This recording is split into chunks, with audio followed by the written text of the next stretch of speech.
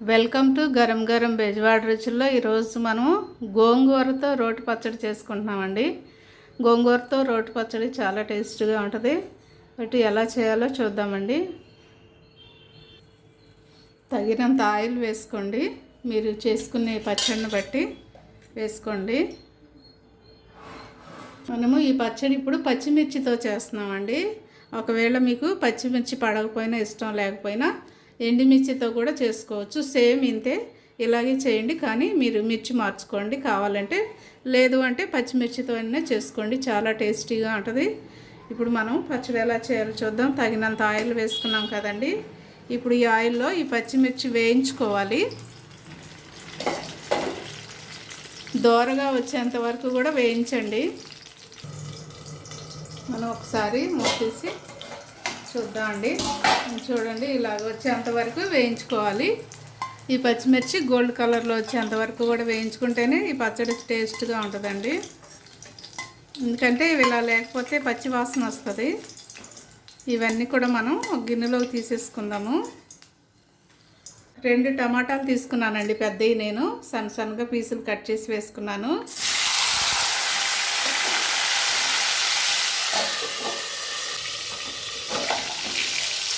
ఈ టమాటాలు కూడా బాగా వేగాలండి, ఆయిల్లో బాగా మగ్గిపోవాలి.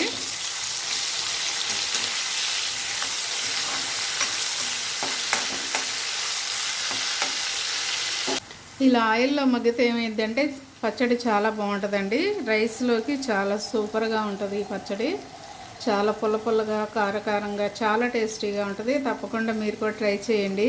చూడండి, ఇవన్నీ కూడా చక్కగా వేగిపోయినాయి కదండి. మనం ఒక బౌల్లో తీసేసుకుందాం. టమాటాలు చక్కగా ఆయిల్లో బాగా మగ్గిపోయింది. నేనైతే ఒక బౌల్లో తీసేసుకుంటున్నాను. ఇది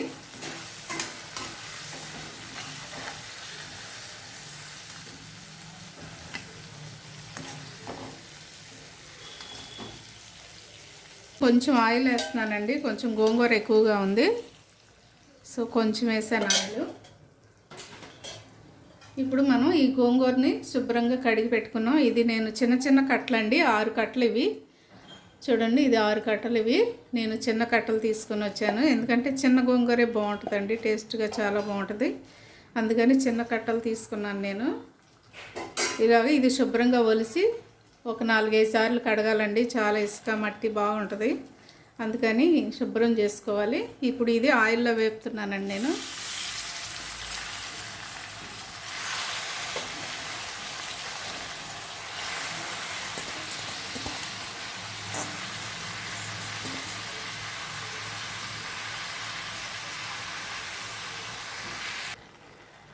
చూడండి ఎలా మగ్గిపోయిందో, చాలా చక్కగా మగ్గిపోయిందండి. ఎందుకంటే లేత ఆకు తీసుకుంటే ఇట్లా చక్కగా మగ్గిపోయిద్దండి. ముదిరిపోయిన ఆకు కంటే కూడా లేత గోంగూర అయితే చాలా టేస్ట్గా ఉంటుంది. ఎందుకంటే మనకి చికెన్లో వేసుకున్న, రొయ్యలు గోంగూర చేసుకున్న, మటన్ గోంగూరకైనా ఇలా లేతదైతే చట్నీకైనా చాలా బాగుంటుంది.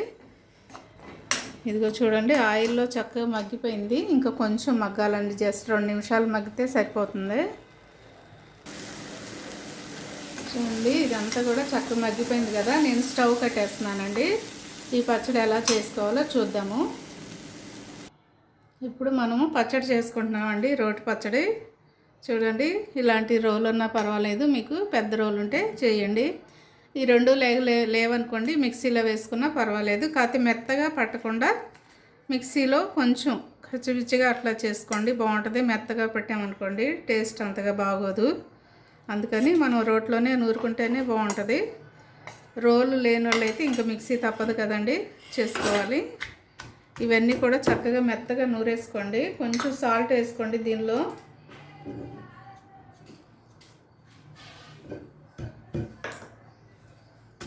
సాల్ట్ వేసుకొని ఇవన్నీ కూడా చక్కగా మెత్తగా పచ్చిమిర్చి నూరేసుకుందామండి. చూడండి, దీనిలో కొంచెం జీలకర్ర వేస్తున్నాను నేను. 1 స్పూన్ వేసుకోండి సరిపోతుంది. అలాగే కొంచెం వెల్లుల్లిపాయలు వేస్తున్నానండి. ఎందుకంటే ఈ పచ్చడిలో ఇవి వేస్తేనే టేస్ట్ చాలా బాగుంటుందండి. కంపల్సరిగా మనము జీలకర్ర వెల్లుల్లిపాయ వేసుకోవాలండి, చాలా టేస్టీగా ఉంటుంది.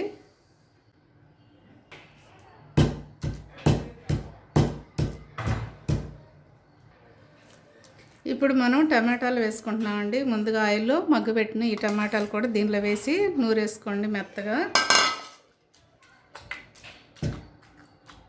ఇట్లా మెత్తగా నూరేసుకోవాలండి. దీని తర్వాత మనం ఉల్లిపాయలు వేసుకోవాలి. ఉల్లిపాయలు మీకు ఇష్టమైతేనే వేసుకోండి, లేకపోతే వద్దండి. ఎందుకంటే ఉల్లిపాయ బాగుంటుంది, తింటా ఉంటే పులుపులో నూరుతాం కదా, టేస్ట్ బాగుంటుంది. ఒకవేళ మీకు ఇష్టం లేకపోతే అక్కర్లేదండి. చూడండి, ఉల్లిపాయ అయితే మెత్తగా నూరక్కర్లేదండి, లైట్గా ఊరికే అట్లా నూరితే చాలు. ఎందుకంటే తినేటప్పుడు బాగుంటుంది అది. ఇప్పుడు మనం గోంగూర వేసేసుకుంటున్నామండి. ఆయిల్లో మనం ఉడకబెట్టుకున్నాం కదా, ఆ గోంగూర వేసుకుంటున్నాము.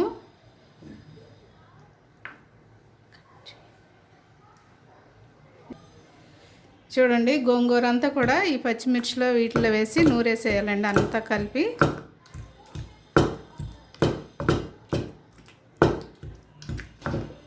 మీరు కూడా తప్పకుండా ట్రై చేయండి. ఈ పచ్చడి చాలా బాగుంటుంది, గోంగూర టమాటా.